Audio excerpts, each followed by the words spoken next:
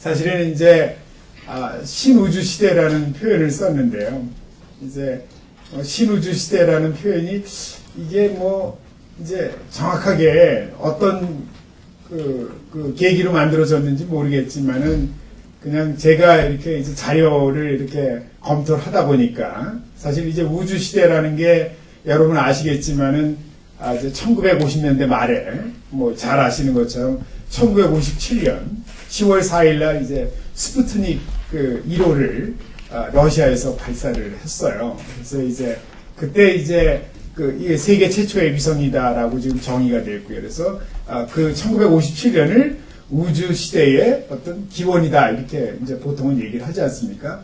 제가 이렇게 1957년 10월 4일까지 이렇게 정확히 외우고 있는 건 제 생일이 생년월일이 1957년 10월 27일이에요. 그러다 보니까 이제 며칠 상관인데 그래서 이제 제가 항상 정확히 기억하고 있습니다. 그래서 57년에 이렇게 이제 스푸트닉 1호를 기하로 해서 이제 어떻게 보면 이제 우주 시대의 막이 올랐다 이렇게들 표현을 하지 않습니까? 그러니까 이제 옛날에 50년대, 60년대 그 대부분의 그 이제 우주 개발은 주로 이제 미소가 했죠. 그 당시에. 근데 미소가 개발을 한 거는 뭐 달리 한 게 아니고요. 대부분 다 체제 경쟁입니다. 그러니까 이제 민주주의와 공산주의의 체제가 어떤 게 우월하냐.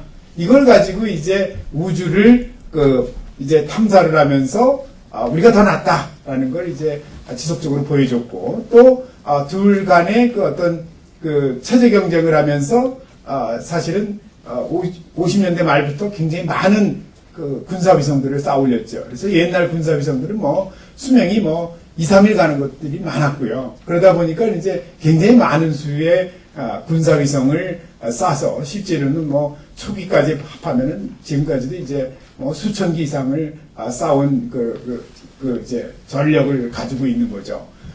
그러면서 이제 사실은 이제 70년대, 60년대 중반에 이제 동경올림픽을 하면서 이제 사실은 이제 통신위성이 최초로 등장하게 됐죠. 그러면서 이제 70년대, 80년대 들어가면서 이제 정지궤도 통신위성이 이제 상당히 역할을 하게 되고 그러면서 이제 한편으로는 미소가 경쟁하는 체제를 그대로 가지고 있었죠. 그 체제가 이제 뭐 예를 들면은 러시아가 계속해서 이제 미르라는 자기네 우주정거장을 쏴서 발사를 했고요. 이어서 이제 70년대에 60년대에 케네디 대통령이 처음에 대통령 시작하면서 자기가 이제 60년대 이내에 달 탐사를 하겠다. 그러니까 유인 탐사를 얘기합니다. 그러면서 이제 69년 7월에 최초로 이제 달에 착륙하는 쾌거를 이루었죠. 이것도 제가 정확히 기억하는 게 69년도에 왜 기억을 하냐면은 7월 21일인가 옛날에는 제가 국민학교라고 그랬는데 국민학교 다닐 때 7월 한 20 며칠 날 방학을 했어요. 여름방학을. 근데 이제 방학하기 직전에 노는 날을 그날 이제 세계적으로 그걸 기념을 해서 이제 노는 날을 만들었습니다. 그래서 이제 제가 아직도 기억이 나고요. 그래서 국민학교 6학년 때 이제 달 탐사한 거를 화면으로 봤죠. 뭐 그 당시엔 TV 있는 집이 많지 않아가지고요. 다 흑백 TV고요. 그래서 뭐 TV 없으면은 동네 만화가게에서 가서도 많이 봤습니다. 그래서 옛날에는 만화가게가 굉장히 융성했던 시절이 있었어요. 그렇게 TV를 이렇게 보여주고 해서. 그래서 이제 그런 기억이 나고요. 그러면서 이제 80년대 이렇게 하면서 이제 80년대 들어가면서 이제 어떻게 보면 이제 예산이 많이 들고 하니까 이제 상용화 쪽을 많이 이제 점점 가시화되게 되고 그래서 70년대, 80년대부터는 이제 지구 관측위성이라든가 또는 물론 이제 미소는 그 사이에 60년대, 70년대 뭐 각종 행성 탐사를 굉장히 많이 했습니다. 태양계.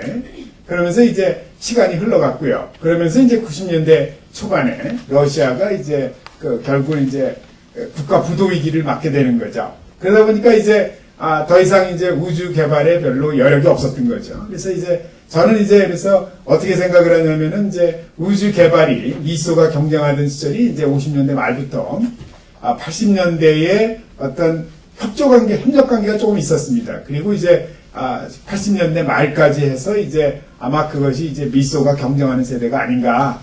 그리고 이제 이후에 이제 90년대 들어서 사실은 이제 미소 양강 체제가 무너졌죠.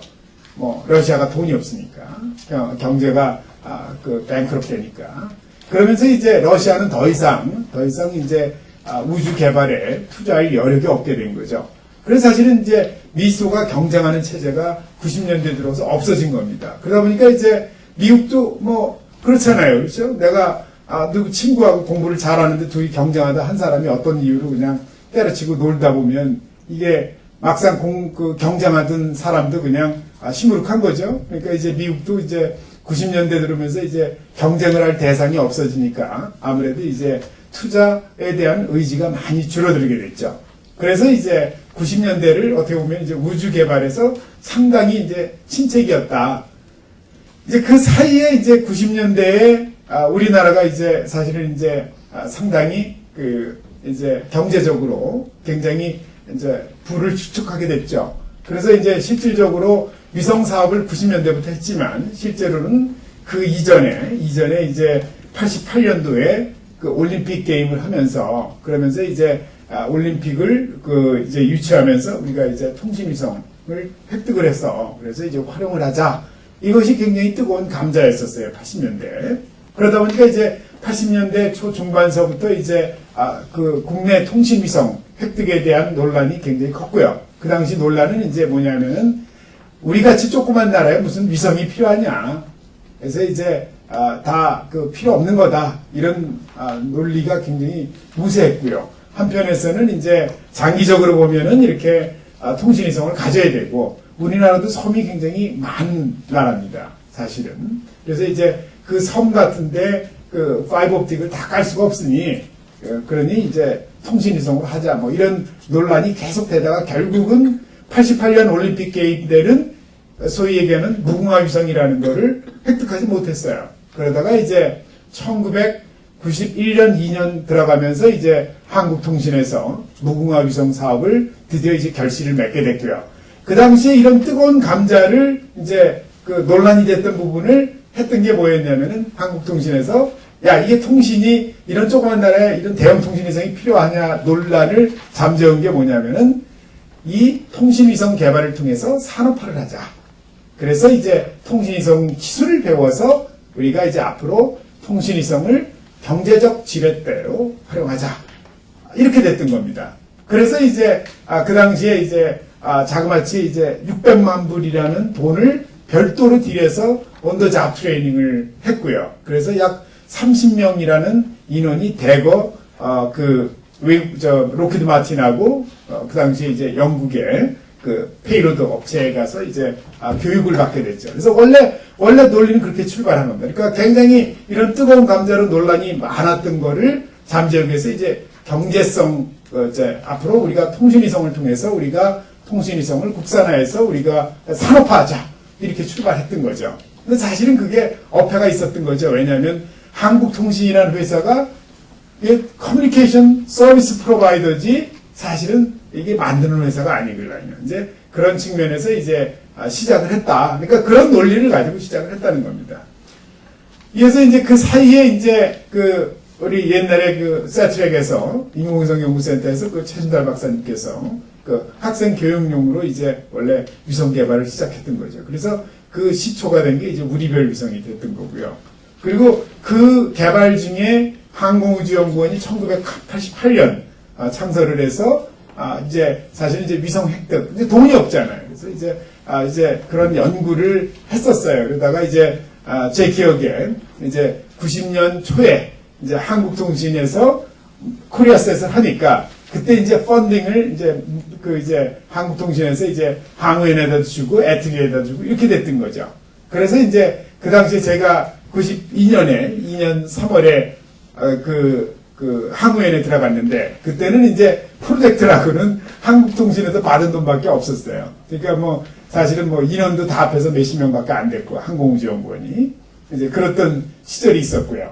그러면서 이제 94년에 이제 우리가 실질적으로 이제 아리랑 위성 요새 뭐 어제 오늘 계속 아리랑 3A2 IR 영상 촬영한 거 계속 언론에 나오지 않습니까? 아리랑 위성 사업을 이제 처음으로 이제 시도를 했던 거예요. 그 아리랑 위성도 이제 원래 이제 우리가 위성 개발 사업을 하게 되면, 원래는 위성이라는 게 얘를 어떻게 활용을 하느냐를 가지고, 그러니까 임무가 뭐냐, 그리고 어떻게 활용할 거냐를 가지고 위성 개발을 해야 되는데, 우리는 이런 게 없었어요.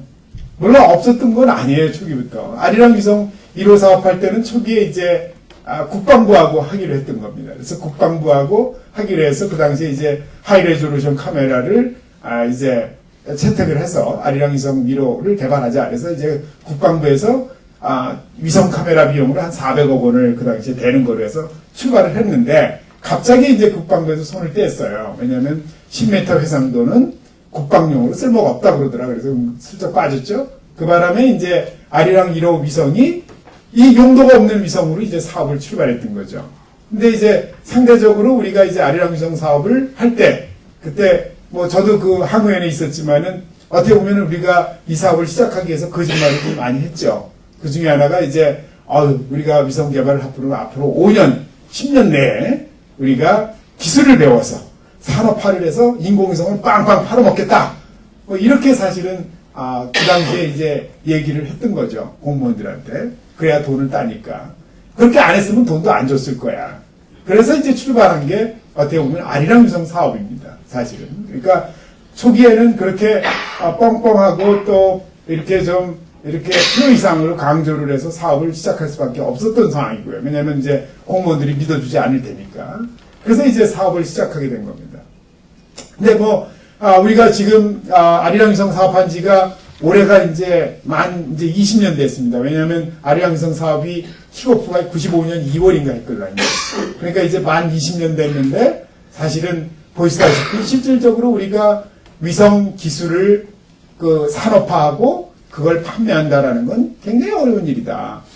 그러니까 이제 인공위성 정도를 구매하려고 그러면은 상당히 많은 헤리티지, 그러니까 사용한 전력들을 가지고 있어야 되고 상당히 검증된 안정화된 기술이 필요하다 하는 얘기죠. 그런 부분들이 이제 완전히 정립이 안 된 상황에서 우리가 이제 그런 계획도 세웠고 그런 거에 대한 거에서 충분히 주지 못한 상황에서 했었다. 그래서 이제 그런 부분들이 사실 이제 어떻게 보면 우리 우주개발 사업의 약점이자 어쩔 수 없는 출발점이 됐던 겁니다. 그래서 실질적으로는 말씀드렸다시피 인공위성을 개발할 때는 인공위성 비용이 많이 들어가는 만큼 실제로 이걸 가지고 어떤 임무에 어떻게 써야겠다라는 그런 명확한 운영 계획도 나오고 어떻게 활용하겠다는 게 나와야 되는데 이제 그런 게 부족했다는 거죠. 우리로서는. 다만 이제 여러분 아시겠지만 지금 무궁화위성 같은 경우에 통신위성 같은 경우에 지금은 그 채널 그러니까 자기네들이 그 중계기가 없어서 지금 못 쓰고 있는데요.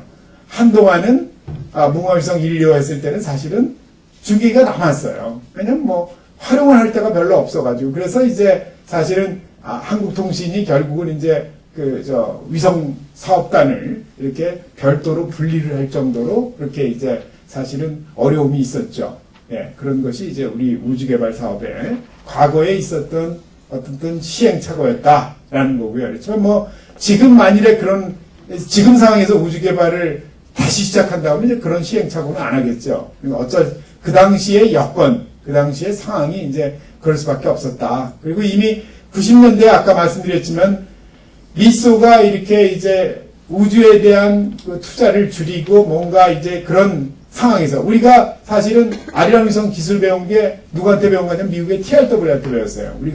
제가 기억나긴 그 당시에 약 한 9,200만 불 정도의 계약을 해가지고 TRW랑 계약을 해서 우리가 도면까지 다 받았어요. 그 당시에는. 근데 왜 그랬느냐? TRW라는 회사가 도청위성을 전문적으로 만든 회사였어요. 그리고 행성탐사위성을 만들고 미국 정부를 위해서. 그런데 90년대 들어서 이제 점점 이제 미국 정부나 군에서 그런 수주가 안 들어오니까 TRW가 절박했던 거죠. 그래서 이제 처음으로 우리하고 상용 계약을 한 겁니다. 그래서 이제 물론 이제 우리 아리랑 위성 기술이 옛날 기술은 맞아요. 그래서 이제 자기네들이 판매하고 나름대로 자기네 자체적으로는 어드밴스 버스라 해서 새로운 기술도 개발하고 했었습니다. 그 당시에. 어쨌든 간에 그런 여러 가지 여건들이 있었어요. 그래서 이제 TRW는 우리랑 사업한 다음에 결국 이제 노스롭 그룹만의 이제 스페이스 디비전을 팔았죠. 그래서 TRW는 현재는 이제 더 이상 우주 개발, 우주 스페이스 매니팩처를 하지 않고 있습니다. 예.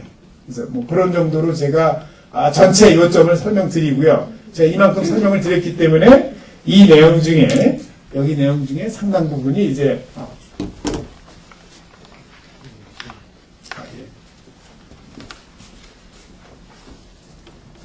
그래서 제가 이제 전체적으로 여기 보시는 것처럼 지금 개괄적으로 설명을 다 드렸고요. 그래서 말씀드린 대로 뭐 우주 시대의 개막이라든가 분류, 그 다음에 이제 과거에 미수의 그 우주 패권 시대, 그리고 90년대 침체기를 거쳐서 2000년대 이제 현재 신우주 시대까지 와 있다. 그래서 이제 최근에 이제 2000년대 들어가지고 이제 미국도 이제 미국이 돈이 많지 않아요. 뭐 전쟁을 하도 많이 치르다 보니까 그러다 보니까 이제 우주 개발에 이제 투자할 여력을 많이 잃었어요. 그래서 최근에 이제 2000년대 들어서 어떻게 하고 있냐면은 이제 나사에서 뭘 개발하려고 그러면은 이제 돈이 너무 많이 든다. 그래서 자꾸 이제 민간 기업으로 이제 넘기는 추세고요. 그래서 여러분 잘 아시는 것지만 그 뭐 스페이스X라는 회사가 뭐 팔콘 시리즈를 개발을 했지 않습니까? 그리고 스페이스 셔틀이 2011년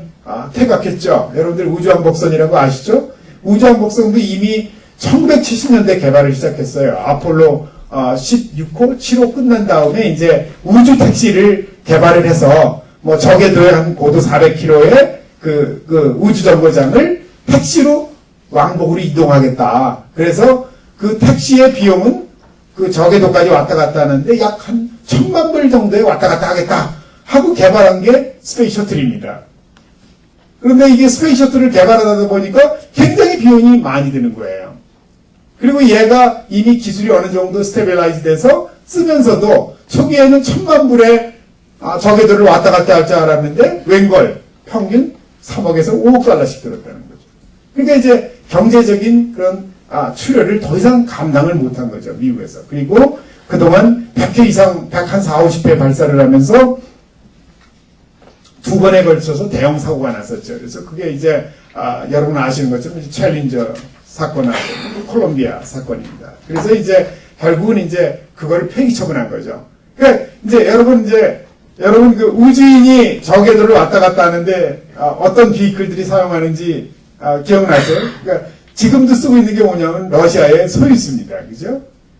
여러분들 그 전에 이소연 박사가 소유주 타고 왔다 갔다 한 거 기억나시죠? TV 중계도 하고 난리를 쳤는데. 그 당시에 보면은 이제 세 명이 이렇게 보면은 소유주의 그 맨 모듈에서 이렇게 세 명이 이렇게 쪼르륵 앉아가지고 이렇게 올라갔다 내려온 그런 걸 보셨죠? 그러니까 이제 그것도 유인우주선이고요. 우주왕복선은 뭐냐면은 밑에 이제 큰 거는 다 로켓이고요.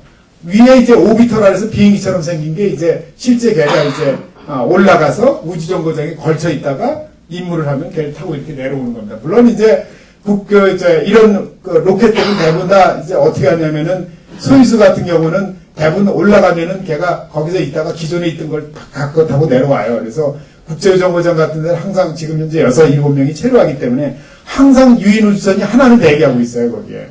그래야 혹시 유사시에 불이 났다고 우주에서 불나면 어떡해. 그럼 빨리 타고 내려와야지. 사람은 죽지 말아야 될 거 아니야. 그래서 이제 그렇게 지금 하고 있다는 거죠. 그래서 이제 우주왕복선과 소유수의 차이는 뭐예요?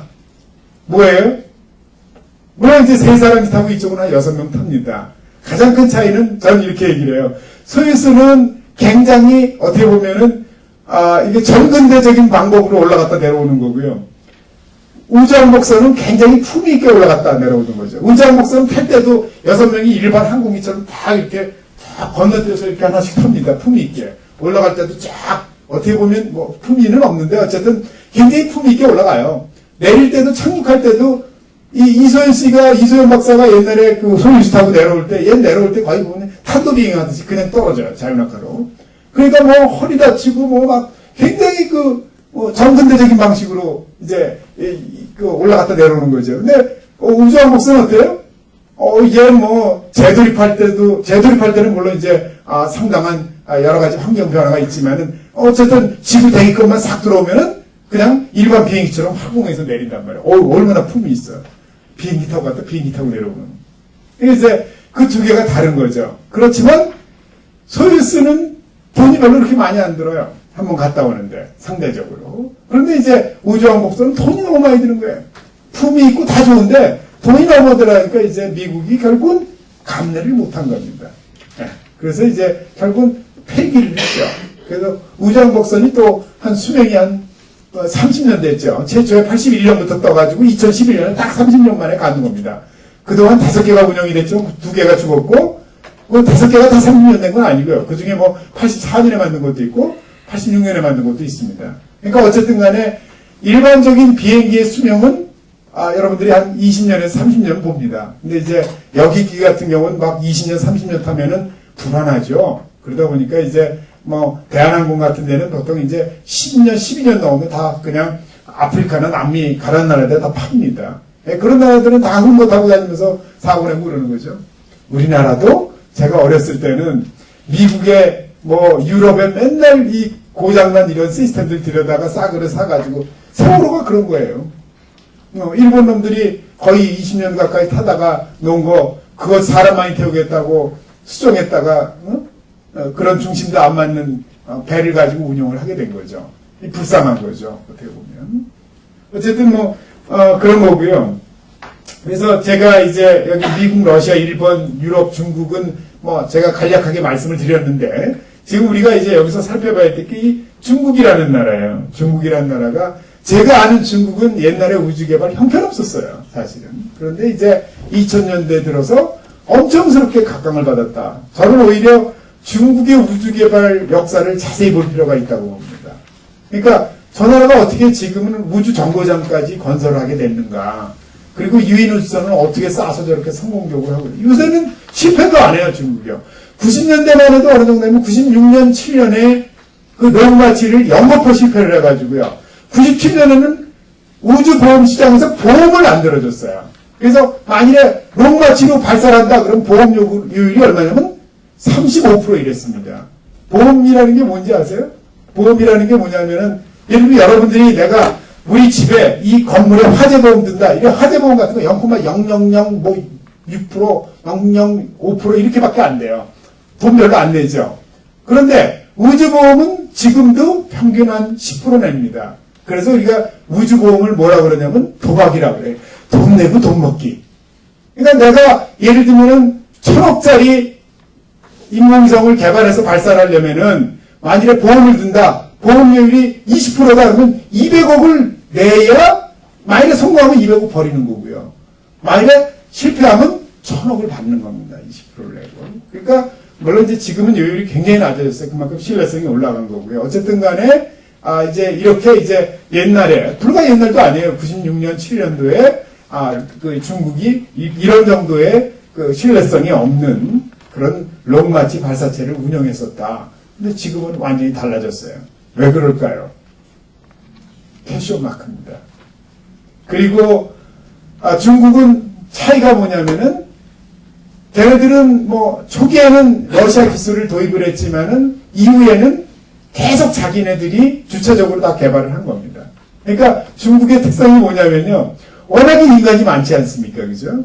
인간이 많다 보니까 뭐 연구소도 뭐 제가 듣기로는 뭐 예를 들면 공룡연구소, 공룡이라는 거는 에어로다이내믹스라고 그러는 건데 예를 들면 이런 연구소가 에어로다이내믹스라는 건 항공 분야의 조그만 파트거든요. 근데 이런 연구소에 뭐 2,000명씩 일한다 이게. 그러니까 얼마나 인해 전술이죠 완전히. 사람 인간들이 많으니까. 그렇게 해서 이제 기술 개발을 자체적으로 상당히 축적해왔다. 뭐 이렇게 볼 수 있는 거고요. 그래서 마지막에는 이제 간단하게 상당히 많은 부분을 얘기를 했기 때문에 현황하고 그다음에 이제 문제점, 그다음에 이제 제가 한국 신우주 시대에는 우주개발 전략이 이렇게 필요하다라고 그냥 제가 생각하는 바를 말씀드리고요. 아마 이제 우리 키스텝에서 워낙에 그 국가 R&D 사업에 민쪽의 그 이제 예비 타당성 조사 이런 걸 하시다 보니까 사실은 이제 이런 부분에 대해서도 굉장히 이제 관심이 많다 이렇게 제가 이해를 하고 있고요.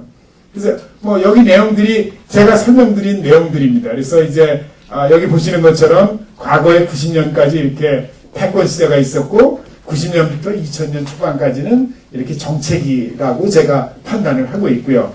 이후에 이제 미중 간의 경쟁을 하다 보니까 이제 미국도 다시 이제 우주 개발에 힘을 쏟을 수밖에 없는 상황이 됐던 거고요. 그래서 뭐 옛날 그 이제 뭐 굉장히 많은 그 우주 개발을 했습니다. 옛날에도. 그래서 이제 옛날에는 뭐 그렇게 기술 능력이 높지 않아서. 그러니까 예를 들면 이런 겁니다. 옛날에는 인공위성을 작게 만들었는데 왜 작게 만들었냐? 60년, 70년 기술이 없어서 작게 만든 거예요. 근데 지금은 왜 작게 만드느냐?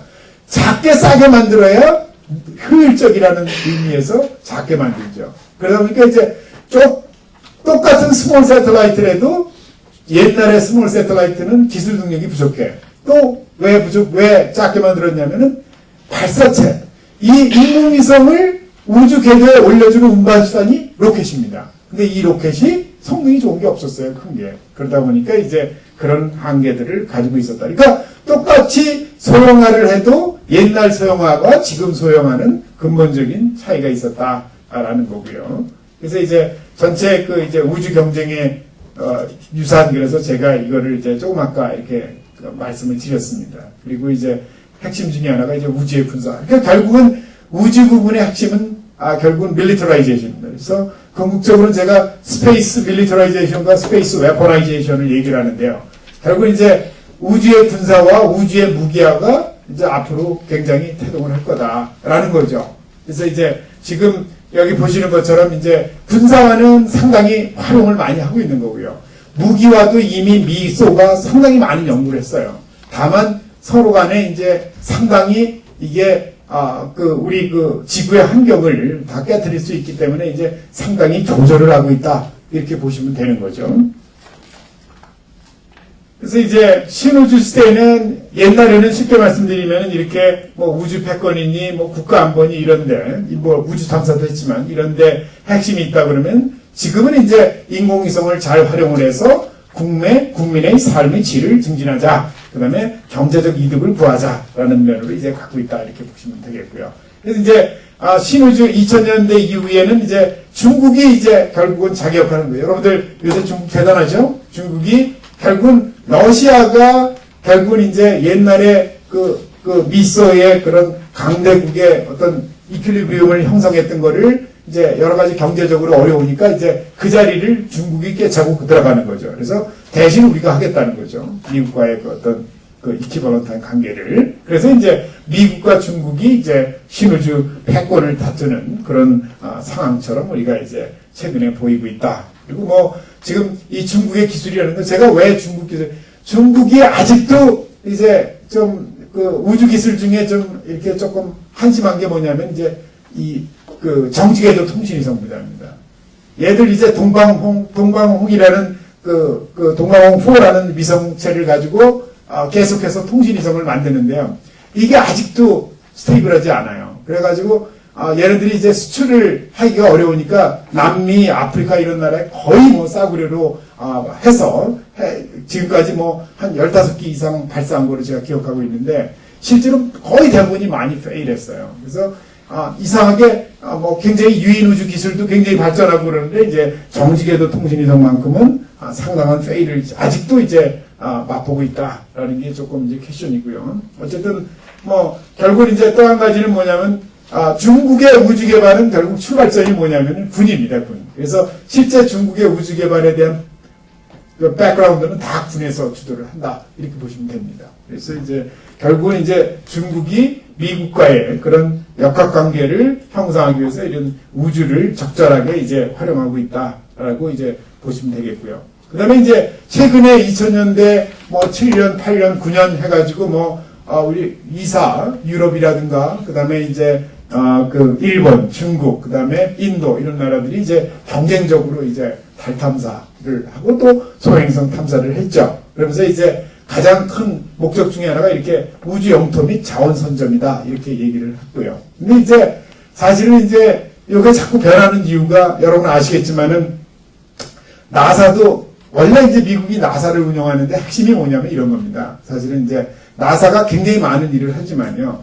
결국 이제 나사의 우주 개발에 미국 정부에서 돈을 많이 투자하는 거에 대해서 상당히 그 발돈도 많아요. 미국에서. 워낙에 많은 돈을 투자하니까. 예를 들면 국방비가 예를 들면 국방 우주에 쓰이는 게 한 200억 달러면은 나사에 투자하는 돈도 한 200억 달러 됩니다. 우리도 20조 원 이렇게 되죠. 그러다 보니까 이제 이걸 뭐 때문에 하느냐 이런 논란이 굉장히 많고요. 그러면서 이제 가끔씩 나사가 이제 펑펑 터뜨리는 게 뭐냐면 이제 화성 탐사하면서 생명의 존재 여부를 찾겠다 그러고 뭐 맨날 인터뷰 갑자기 뭐 기사회견하겠다, 뭘 새로운 걸 찾았다 그러고 이제 하면은 사실 별 내용이 별로 없지 않습니까? 그래서 이제 그런 부분에서 이제 상당 부분 나사도 고민을 굉장히 많이 하고 있다라는 게 이제 숨길 수 없는 사실이고요.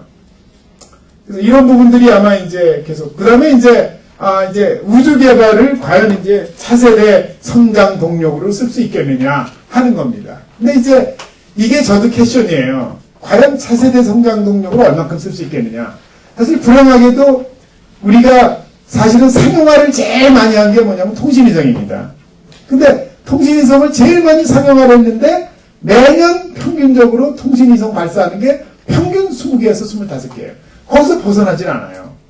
이게 20년이 지나도. 물론 이제 통신위성의 중계기를 옛날에는 뭐 이렇게 10채널 이렇게 들고 갔던 걸 지금 50채널, 100채널 이렇게 들고 가니까 당연히 전체 중계 채널 수를 보사는 굉장히 많이 증가한 거지만, 그렇지만 어쨌든 위성은 뭐 비용도 많이 들기도 하지만은 이제 숫자에선 크게 변하지 않고 있다.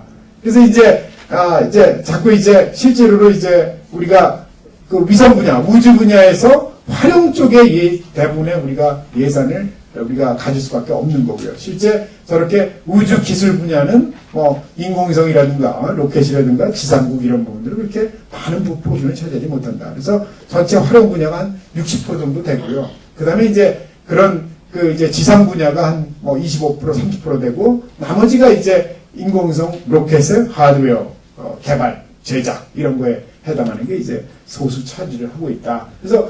그래서 이제 이게 이제 차세대 성장 동력으로 얼만큼 앞으로 나갈 거냐 이거에 대해서는 사실은 논란이 많이 있습니다. 그렇지만 이제 많은 그 대다수의 선진국들이 그럼에도 불구하고 우주 개발을 차세대 성장 동력으로 삼고 이걸 잡고 하는 이유 중에 하나는 뭐냐면 이 우주 개발이라는 것이 결국은 뭐냐면 국가 안위와도 직접적인 연관이 있고요. 그리고 이제 어떤 국가의 그 위상을 우리가 얘기해 주는 거기 때문에 굉장히 많은 투자를 하고 있을 수밖에 없는 상황이었다라고 볼 수 있는 거고요.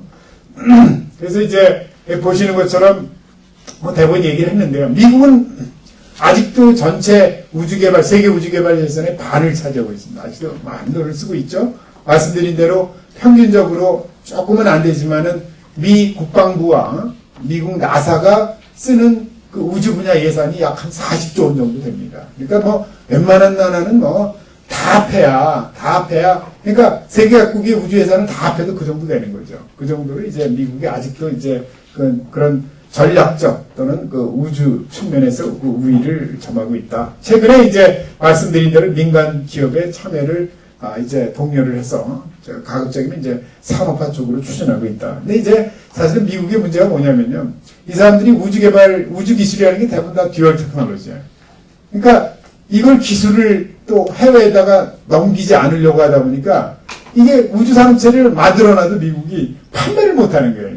EL이나 아이타 규정 때문에. 그래서 이제 상당히 어려움이 많아요. 그러니까 어떻게 보면 미국은 자기 당착 속에 빠져 있는 겁니다. 우주 산업을 활성화시키는데. 그 틈에서 실제 득을 보고 있는 건 뭐냐면 유럽의 그 우주 산업체들이에요. 왜냐? 이 사람들은, 특정 국가를 제외하고는 뭐 가감하게 기술도 팔고 뭐 이러글랑이요. 사실은. 그러니까 미국 업체들이 굉장히 볼멘 소리를 많이 하죠. 아니, 기술을 유럽에서 다 주는데, 우리만 이거 절대 주면 안 된다고 붙들고 있으면 뭐하냐 이거죠. 그래서 이게 이런 아이타라든가 EL 규정이 계속 미 국회에 올라갑니다. 근데 아직도 벌써 꽤 오래됐어요. 아직도 확실한 해결책은 없다. 뭐 이렇게 보는 거고요. 그다음에 이제 오바마 행정부 들어서 매 행정부마다 이제 국가 우주 정책을 발표를 하는데요. 조금씩 대부분 기조는 같은데요. 조금씩 차이가 있습니다. 그래서 이제 그런 부분들을 설명을 드리는 거고요. 유럽 우주 정책도 마찬가지고요. 그다음에 이제 그 러시아가 이제 최근에 다시 기름값이 떨어지는 바람에 뭐 실축해졌는데, 또 한동안은 또 이제 경기가 조금 낮아가지고 막, 액티브하게 이제 투자하겠다, 한 적이 있었고요. 지금도 이제, 이제, 아직도 이제 이런 투자를 하겠다는 얘기는 계속 나오고 있고요. 그 다음에 중국이 이제 굉장히 많은 발전을 이뤘다.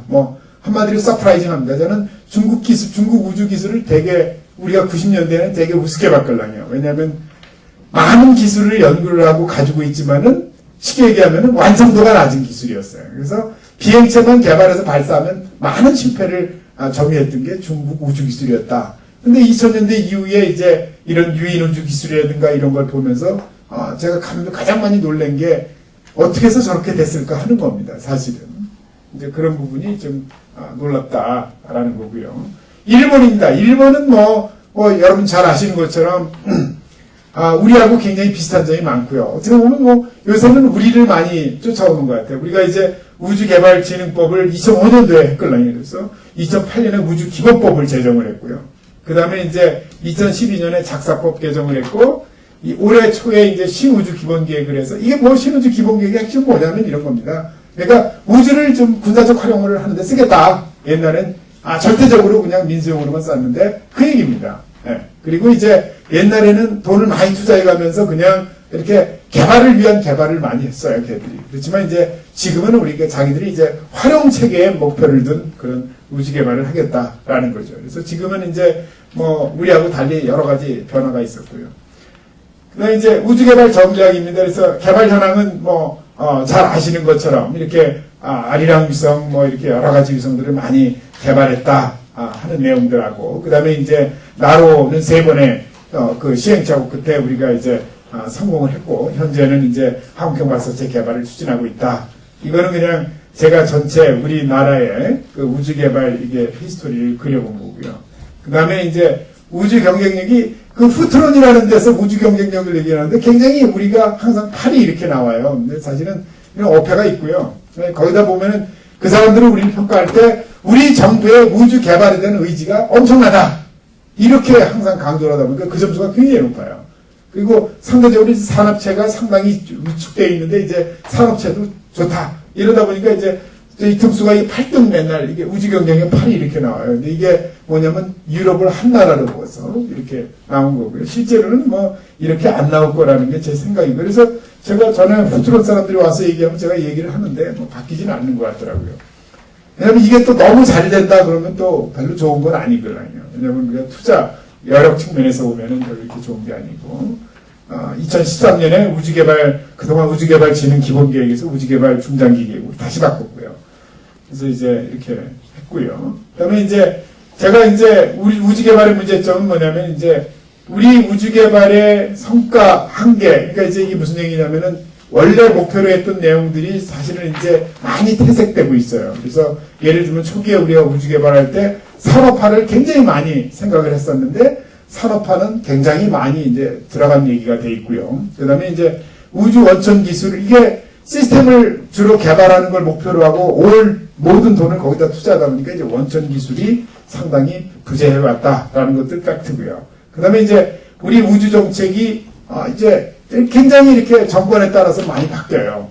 제가 일을 많이 해봐서 알지만 그것도 이제 상당히 이제 어려움을 유발하는 단계 중에 하나다. 그리고 이제 우리가 이런 돈 정도를 투자하는데 이제 정부에서 우주개발 사업 관리도 이제 우리가 이게 체계적인 그게 필요한데 그러지 못하다 하는 거고요. 그 다음에 이제 이 부분은 지금 항우연도 미래부에서도 굉장히 많이 고치려고 하는 부분이고, 이렇게 이제 연구소가 그동안 20년 동안 이렇게 독점적 우주개발을 하면서 이제 이것 때문에 이제 그 산업체가 실질적인 산업체 역량이 이렇게 키워지지 못했다라는 게 이제 큰 문제였고, 저는 이 마지막 게 되게 중요하다고 보는데, 이게 우주 전문가가 별로 없어요. 뭘 얘기하려면. 이게 가장 큰 문제 중에 하나입니다.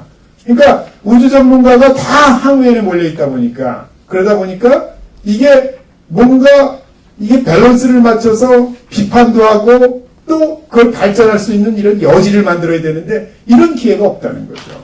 그러다 보니까 이제 이런 것들도 우리가 앞으로 빠른 속도로 우리가 이제 검토를 해야 될 거고요. 그래서 그런 내용들에 대한 거를 우리가 쭉 이렇게 내용을 제가 정리를 했고요. 그다음에 이제 이게 문제 이제 이게 전략입니다. 그래서 전략은 뭐 기본적으로 우리가 이제 지금까지 우리가 추격형 뭐 과학기술에서 흔히 얘기하지 않습니까? 그래서 이제 추격형 기술 개발 전략을 앞으로는 이제 뭔가 산업화를 하려면은 창조적인 개발 전략이 필요하다. 이런 게 필요한 거고요. 그래서 이렇게 이제 여러 가지 선택과 집중해야 하는 우주 개발로 이렇게 우주산업 육성 전략 마련이 필요하다. 그래서 제가 전략 제안하는 건 이제 하나는 제가 뭐 10년도 더 주장한 것 중에 하나가 이제 우주 개발국인데요. 이거 옛날에 2006년 7년에 제가 그 당시에 노무현 정권 때인가요? 그때 김우식 부총리께서 이거 한다고 되게 많이 제가 이걸 얘기도 했었고 했는데 안 됐어요. 지금도 안 됐고요. 그래서 제가 이제 코리아 스페이스 에이전시를 얘기하는 겁니다. 그래서 궁극적으로 이게 필요하다. 그러니까 스페이스 에이전시를 만들면은 항우연의 역할이 명확해집니다. 그러니까 항우연이 스페이스 에이전시의 역할을 해야 될 거고요. 어쨌든 간에. 그러면 이제 항우연도 예를 들면 업체가 가져갈 수 있는 이런 체계 통합이라든가 이런 모든 기술을 넘겨줄 수밖에 없는 상황이 될 거고요. 그러면 상당히 많이 풀릴 텐데 이게 지금 안 되고 있는 거예요. 항우연도 그래서 스페이스 에이전시도 아니고 그렇다고 무슨 산업체처럼 뭘 이렇게 개발하는 그런 기관으로서도 좀 뻘쭘한 상황이고 이래서 이제 상당히 이런 역할이 이렇게 모호한 상태에서 이게 하나씩 이렇게 밀려가 있는 상태다 이렇게 저는 판단하고 있고요. 그 다음에 이제 우주 산업화를 앞으로 이제 강화를 해야겠다. 물론 이제 저는 이걸 가지고 우주 산업화가 우리가 앞으로 미래 선도 산업이고 이걸 가지고 떼돈을 보다 이런 얘기 안 합니다. 그러니까 궁극적으로는 우리가 이제 이 우주 산업 창출을 통해서 우리가 인프라를 구축하고 그리고 이것이 우리가 전체 산업화, 과학기술 분야에 영향을 미칠 있을 수 있는 그런 계기가 있었으면 좋겠다라는 거고요. 그 다음에 이제 우리도 사실 이제 이런 부분에서 국가위상이라든가 안보에 기여를 해야 되겠다. 그리고 이제 우주산업체가 워낙에 약해요, 빈약해요. 그리고 또 제가 국방일을 해보면 방산도 워낙에 빈약해요. 그러다 보니까 이제 우주산업과 방산의 이제 어떤 통합 운영, 시너지 이펙트가 필요하다. 그러니까 이제 예를 들면 미국처럼 로키드 마틴, 보잉, 노스롭 그루만, 예를 들면 에어버스 다 이런 업체들이 전부 다 어떤 업체냐면 방산업체계 우주업체입니다. 그래서 이제 그런 것이 필요하다라는 거고요. 그래서 제가 이제 스페이스 에이전시는 제가 이렇게 했는데 얼마 전에 자료를 보니까 여러분 아시는지 모르겠는데 북한 우주개발국을 만들었어요. 그리고 명칭이 뭐냐면 나다야, 나다. 나사가 아니고 나다. NATA. 근데 이제 언제 만들었냐면 2013년에 만들었습니다. 네. 그래가지고 이제 굉장히 액티브하게 활동하는 것 같고요. 제가 지금 북한이 이제 제가 이게 우주 쪽하고 연관이 되어 있는데요. 제가 검토한 거를 보면은 북한이 돈이 없어요. 사실은요. 가장 큰 문제가. 그래서 돈이 없어서 사실 전투기도 50년대, 60년대 전투기 운영해요. 그래서 북한이 지금 하고 있는 게 뭐냐면 재래식 전쟁을 전혀 준비를 못하고 있어요. 이게 없어서. 전쟁 못하죠. 근데 북한이 지금 그걸 다 하지 못한 대신 지금 하고 있는 게 뭐냐면 비대칭 무기 체계를 아주 집요하게 개발하고 있어요. 그게 뭐냐면 이런 겁니다. 핵무기, 미사일, 돈 많이 안 들고요. 여러분들 작년에 무인기 허접한 거 내려왔잖아요.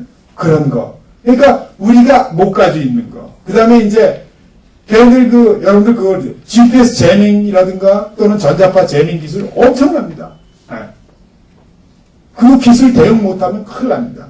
그러니까 무슨 얘기냐면 아까 예를 들면은 싸위성 같은 경우는 전자파 가지고 하는데요. 싸위성 같은 경우에 얘들이 궤도만 알면은 다 제밍을 해가지고 영상을 다 흘려놔요. 노이즈를 다 넣어가지고. 그래서 이제 그런 정도로 아주 기술이 뛰어나다. 또 사이버 굉장합니다. 그래서 결국은 우리가 이쪽 방면을 우리가 이퀄리브리움을 맞추지 않으면은 굉장히 어렵다라는 거죠. 왜냐면 앞으로 전쟁은요. 그냥 전투기 가고 이렇게 전쟁하고 이런 세대는 아니라고요. 그래서 제가 이제 말씀드리는 게 아마 전쟁이 난다 그러면 개전 초기에 제가 제일 우려하는 거는 GPS 제밍을 다 날릴 거예요, 얘들이 그냥. 아마도. 굉장히 어렵거든요, 그럼. 모든 지금 우리 무기 체계들이 GPS 없이 작동되는 게 거의 없어요. 웬만한 코드 다 GPS 기반으로 다 때리기 때문에 사실 이제 이런 측면에서 이제 우리가 상당히 이제 그래서 제가 이런 얘기를 하는 거예요. 해외에 예를 들면 쌀위성이다. 그럼 해외 쌀위성은 예를 들면은 ECCM이라고 해서 전자파 보호 능력을 다 갖춰요. 특히 군위성 같은 경우는. 또 군 쌀위성들은 궤도 절대 그냥 내버리지 않습니다. 수시로 궤도를 조정해서 몰라요. 그래서 미국의 노라드의 TL에서도 군사위성들은 그런 거 안 나와요. 살루펜이, 텍산이 이런 거 안 나옵니다. 그러니까 이제 그렇게 굉장히 군사위성들을 그렇게 하고 있다는 거죠. 왜? 그 얘기를 그쪽에서 하는 거예요. 북한 애들이 예를 들면 에어버스에서 만드는 테라스타 위성 가지고 북한을 찍었는데 노이즈 재미 엄청 많이 받았다는 거예요. 그 영상을 제가 봤어요. 왜냐면 테라스타 같은 경우는 왜 그러냐면 그게 상용위성이라 궤도를 알거든요. 얘가 인공위성 같은 게 궤도를 알면은 EMI 그냥 날리면 되거든요. 그러니까 하시라도 이게 인터피어런스를 할 수 있으니까. 그래서 이제 그런 개념상에서 우리가 이제 굉장히 중요하다. 그다음에 이제 이거는 제가 전에 이제 우주기술이 이렇게 이제 우리가 안보라든가 국민 삶의 질 향상하고 그다음에 결국 일자리 창출하는데도 좀 도움을 줬으면 좋겠다. 이게 큰 건 아니겠지만 한 의미에서 역학관계, 우주산업과 방위산업의 그 역학관계 이런 것들을 말씀드렸어요. 결론입니다. 그래서 이제 옛날 미소가 이렇게 우주 경쟁이 이렇게 이제 거의 90년, 80년대 말까지 이렇게 하다가 실질적으로 이제 이런 과거의 우주 경쟁이 이제 최근 들어가지고 여기 보시는 것처럼 이제 모든 나라들이 참여할 수 있는 그런 이제 시대가 됐고요. 그리고 이제 이런 주요 우주 선진국들이 우주 개발 전략을 통해서 국가 위상 제고라든가 국가 안보, 우주 산업 육성을 추진하는데 상당히 많은 에포트를 하고 있다. 그리고 이제 우리나라는 이제 우주 개발 후발주자로서 이렇게 그동안 성과도 있었지만 어떤 활용상의 미흡이라든가 또는 핵심 우주 기술 축적의 한계, 그다음에 이제 산업화, 그다음에 국가 경쟁력 측면에서는 이제 미흡한 상태이기 때문에 이런 부분에서 이제 상당히 초점을 맞추는 우주 개발 전략이 필요하다라는 부분에서 말씀드린 것처럼 이제 보다 체계적이고 효과적이고 체계적인 우주 개발. 그러니까 가능하면 좀 돈을 적게 들면서도, 왜냐면 우리도 돈이 없거든요. 그래서 이제 그런 우주 개발 전략이 필요하다라는 뜻으로 말씀드렸습니다. 이상입니다. 네, 감사합니다.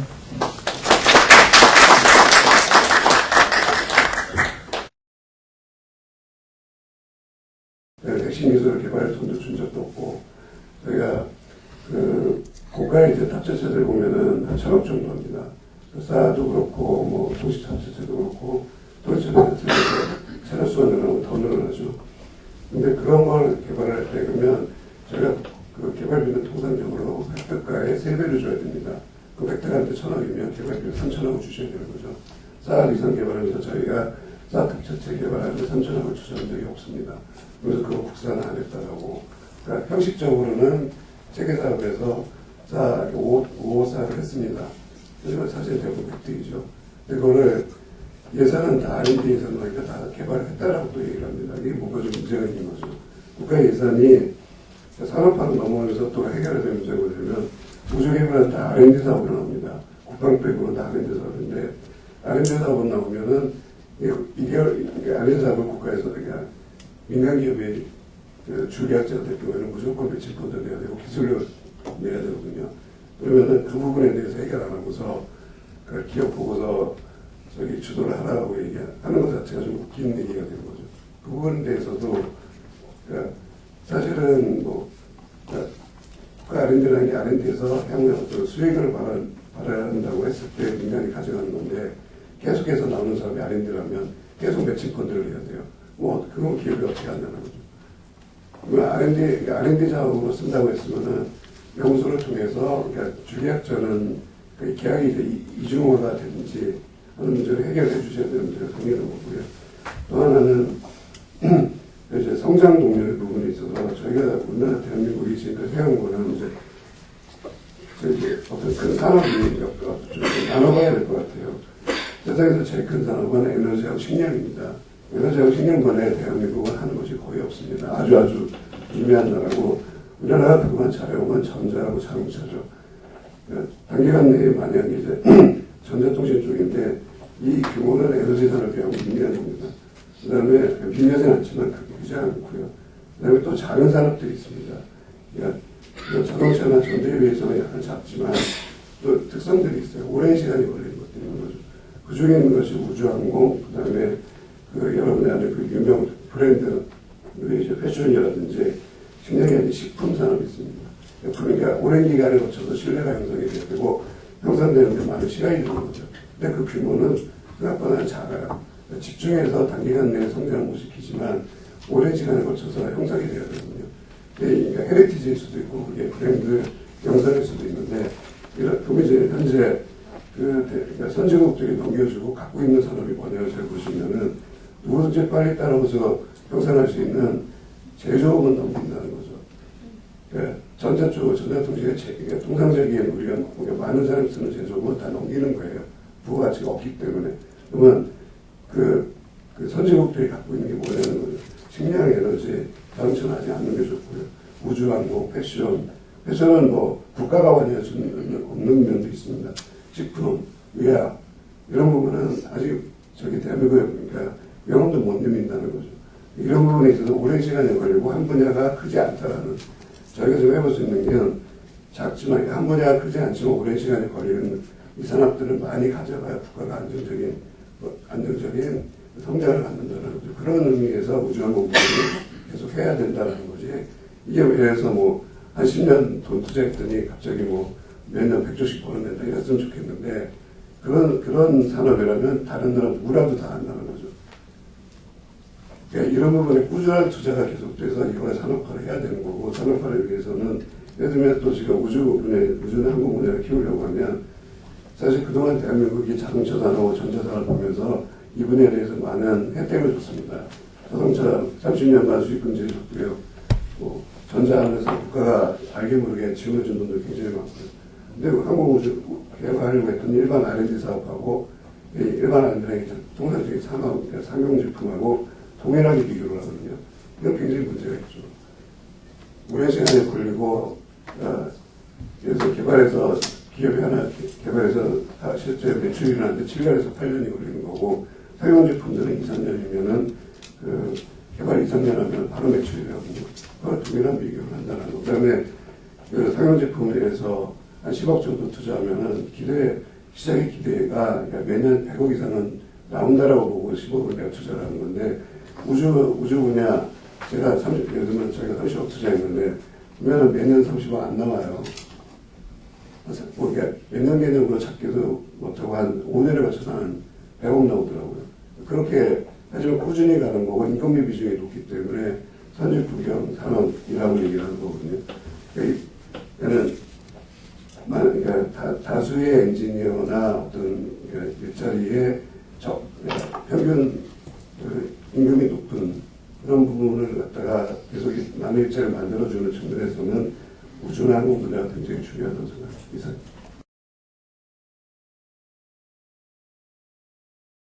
것 같아요. 그래서 잘 아시는 얘기라 좀 정리해서 좀 말씀을 드리면은 결국은 우리나라가 우주 개발을 하는 데 있어서 우리나라의 우주 개발은 어떤 성격을 가져야 되느냐를 규정하는 게 아마 가장 중요하지 않을까 생각이 됩니다. 예를 들면 우리가 하는 우주 개발은 어디까지 할 것인가. 뭐 지금 중국이 우주정거장 올렸다고 우리도 올릴 것이냐. 좀 미국이 화성 갈 것이냐 우리가 독자적으로. 뭐 이런 질문을 우리 스스로 먼저 던지면은 거기에 대한 대답이 우주개발 전략이 아닐까 생각이 되거든요. 그래서 이제 이 질문에 대한 답을 하기 위해서 이제 역사부터 이제 찾아보면은 과연 우주개발을 왜 시작했냐를 아까 우리 장혜인 교수님 잘 해주셨지만은 결국은 우주개발의 시작은 국가안보부터 시작된 거죠. 체제경쟁이나 국가안보, 뭐 이게 다 같은 비슷한 얘기인데 그래서 시작은 대부분의 선진국들은 어떤 그 전략적 접근을 위해서 먼저 시작을 했어요. 그런데 예 중에 이제 하나가 중국 같은 경우는 양탄 일선 정책으로 이제 생존을 위해서 시작을 했고 북한도 아마 마찬가지인 것 같아요. 경제 순위 도저히 안 되는데도 불구하고 우주 개발을 하는 이유는 아마 전략적 목적, 생존을 위한 수단이 아닌가 생각이 됩니다. 그러면 전략적 접근만 계속 우리가 할 것인가? 여태까지 해왔나? 우리나라 같은 경우는 그거보다는 오히려 기술적 접근을 먼저 했던 것 같아요. 그래서 물론 이제 수요가 있어서 수요에 대한 개발을 시작을 했지만은 국가 지도자라든가 정책 결정자들은 이 우주 개발에 대한 어떤 전략적 가치를 좀, 그 당시 한 20년 전에는 좀 과소평가하지 않았나 생각이 됐었고, 그런 면에서 본다면 지금 이 시점, 그러니까 나로 발사가 3차 발사 이후에 성공하고 뭐 좀 붐업되는 이 시점에서는 자연스럽게 우리가 지난 20년 동안 했던 기술적 접근보다는 전략적 접근으로 포커싱이 좀 바뀌어야 되지 않을까. 그게 지금 우리가 해야 될 우주 개발 전략의 그 새로운 패러다임 시프트가 아닌가 이렇게 생각이 되고요. 거기에 덧붙여서 우리가 하나 더 강조를 한다면은 우주 개발은 철저하게 경제적 접근을 또 해야 되겠다. 그래서 기술 개발과 전략적 접근을 동시에 하는 동시에 거기서 파생되는 어떤 것들을 이용해서 경제적 가치를 창출하는 새로운 동력으로서의 역할을 하도록 만드는 것이 굉장히 중요하지 않겠나 이렇게 생각이 됩니다.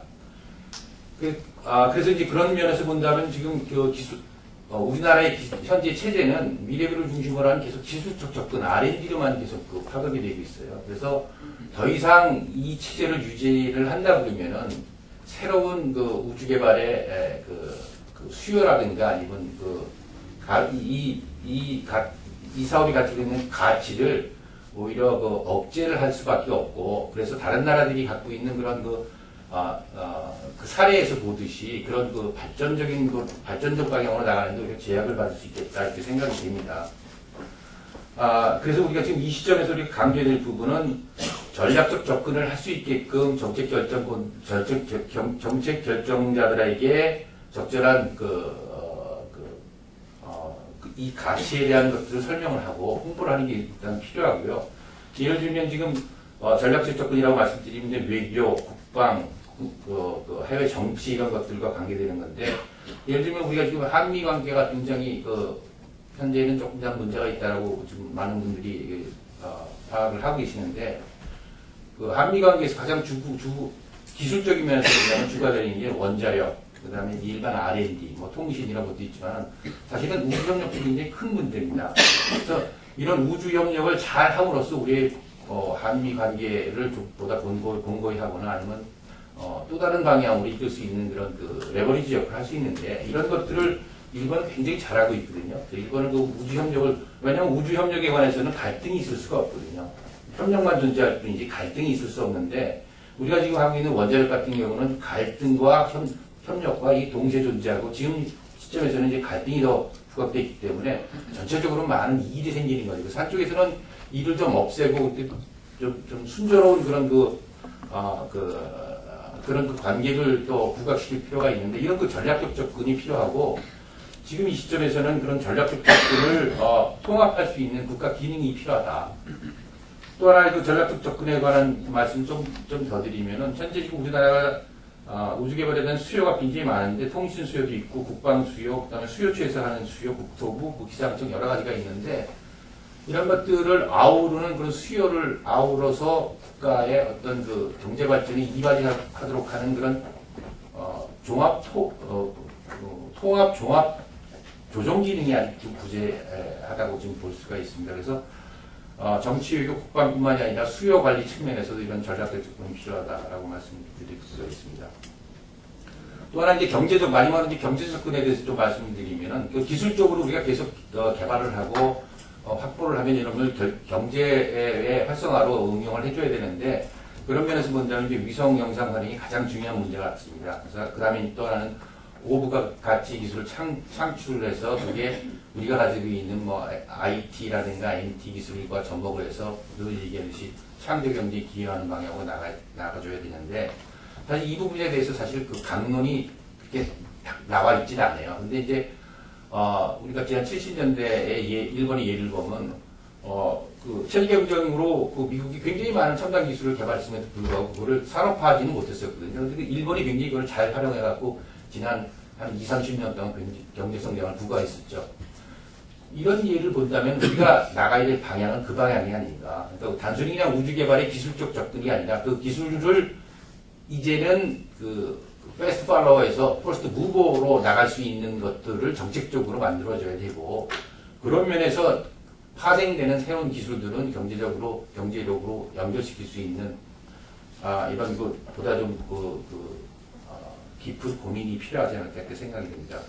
이렇게 본다 그러면 이제 달 탐사라는 것이 갖고 있는 의미가 명확해지는데요. 달 탐사는 그냥 달에서 어떤 광물을 가져오거나 아니면 달에 있는 어떤 천문학적 우주에 관련된 지식을 배우는 것도 중요하겠지만 그거보다는 오히려 철저하게 기술적인 측면이 강조돼야 되고 그런 기술적인 측면이 강조돼서 나오는 새로운 기술들을 경제의 활성화로 연결시킬 수 있는 그런 잘 짜여진 계획으로서 기능을 해야 되겠다. 그래야지만 이것이 아까 우리 장인국 선생님들은 말씀드렸지만 그래야지만 정권과 상관없고 국내 정치 상황과 상관없이 기술적으로 계속 나갈 수 있는 동력을 확보하게 되지 않을까 생각이 됩니다. 네, 이상입니다.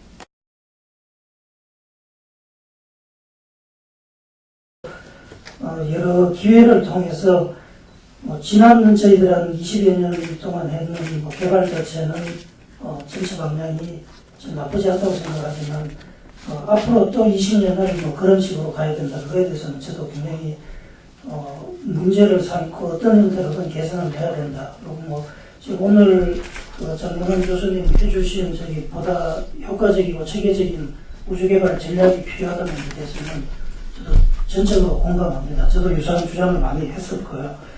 저는 이제 사실 항공우주연구원에 들어갔다가 제가 아까 소개할 때 제가 프랑스라고 되어 있는 전 연구소에서 또 가서 이제 프랑스에서 공부를 하고 사실 제가 공부 마치고 돌아오면서 다목적 실용 이상 사업을 시작을 했습니다. 그래서 제가 사실 발사체 연구단 소속으로 어떻게 보면 유학을 나갔다가 93년도에 저는 이제 다목적 실용 이상 사업이 시작돼서 위성으로 옮겨왔고 지난 20여 년 동안 제가 우리나라 실용급 위성 개발에는 하여튼 직간접적으로 다 관여를 했습니다. 그래서 지금 그럼에도 불구하고 여전히 이제 산업화나 국제 경쟁력이 미흡하다라는 표현이 되고 있고 저도 이 부분에 대해서는 전적으로 동감을 합니다. 근데 이제 그렇다면 이제 이런 거를 극복하기 위해서 그러면 어떻게 해야 되는가에 대해서 저는 이제 지금 여러 가지 비판이나 이런 흐름 중에 하나는 어떻게 보면 기존에 있는 틀을 이렇게 막 확 바꾼다고 저는 이게 일치될 것 같지는 않고요. 누가 어떻게 하느냐라는 것보다는 지금 우리가 어떻게 할 건가를 좀 더 고민을 해야 되고 어떻게 하는 것에 대해서는 단순하게 선언적이 아니고 저는 굉장히 구체적으로 얘기가 돼야 됩니다. 구체적으로 얘기가 돼야 된다는 게 무슨 얘기냐면 우리가 어떤 역할이나 이런 것들을 다 바꾸게 되면 그걸로 뭔가 간단하게 될 것 같지만은 항상 부작용이라는 것도 있고요. 지금 이 미흡하다는 산업화에 대해서 다 공감하지만 아까 발표에도 있었고 90년 다목적 1호 시작할 때도 이렇게 됐고 사실은 다목적 2호를 할 때도 기업이 주관을 했었습니다. 기업이 주관을 했다가 기업 스스로 안 돼서 물러났고요. 작년에도 그렇게 됐지만 예를 들면 위성 구조물을 담당했던 20년 동안 담당했던 대한항공이 20년 후에 지금 다 철수했거든요. 위성 발사체 다 우주에서 완전히 없어졌습니다. 그래서 20년을 하다가 한 기업도 이렇게 되는 마당에 지금 단순하게 어떤 틀만 바꿔가지고 새로운 벤처나 이런 걸 만든다고 저는 될 거라고 생각하지 않습니다. 그래서 그런 부분에 좀 더 지혜를 모을 필요가 있다고 생각되고요. 하여튼 결론적으로 저희들이 과거보다는 미래에 대해서 조금 더 이제 포커싱을 맞춰야 되고, 그렇다 그러면 여러 가지 문제점 중에 보면, 목표를 우리가 잘못 세우고 한 경우도 있지만, 목표는 그 당시에 세우고, 그 목표는 사실 달성이 됐는데, 지금 와서 보니까 뭔가 아니더라. 그래서 그 목표에 대해서 막 비판을 하는 것은 저는 조금 아니라고 보거든요. 그럼 그건 앞으로 미래 목표를 조금 더 잘 세워야 되는 부분이 있고, 특히 이제 우주 개발에 대해서는 이게 워낙 방대하고 크기 때문에 어떤 형태의 접근을 취하더라도 그 반대적인 의견이나 다른 길이 있어서, 제가 흔히 비유를 하면 진짜 당나귀를 팔러가는 아버지와 아들뻘이 돼서는 안 된다는 겁니다. 어떤 목적을 가지고 갔는데 어떤 사람이 왜 그렇게 하냐. 또 바꾸고 또 어떤 이런 식으로서는 저는 우리가 원하는 그 성과를 달성할 수 없다고 보기 때문에 우선 아까 경쟁력이라는 면에서는 저는 우리 도대체 경쟁력의 상대가 누구냐? 저는 세계라고 생각하거든요. 그렇다 그러면 국내에서 항공우주연구원, 산업체, 이런 얘기를 떠나서 여기 어떤 국내의 모든 역량을 결집을 해가지고 그러면 예를 들면 10년이나 20년 후에 세계하고 우리가 경쟁을 하고 이길 수 있는 이런 부분을 저는 포커스를 맞추는 게 맞다고 봅니다. 그래서 그 부분에 대해서 그러려고 그러면 이제 어떤 여러 가지 흩어져 있는 자원들이 좀 더 통합이 돼야 되고 최대한 지혜를 모아야 되고 그런 식으로 저는 접근을 하는 게 필요하다고 봅니다. 그래서 어떤 오늘 계기로 해서 저는 이제 이런 것들이 항상 이런 토론을 해보면 한두 번에 그치는데 그게 아니고 국가적으로 이런 것들이 지속적으로 이런 토론이 이루어지고 기록이 되고 그 다음에 또 거기에 대한 어떤 개선이 돼서 어떤 제대로 된 어떤 전략으로 수립되기를 저는 바랍니다. 감사합니다.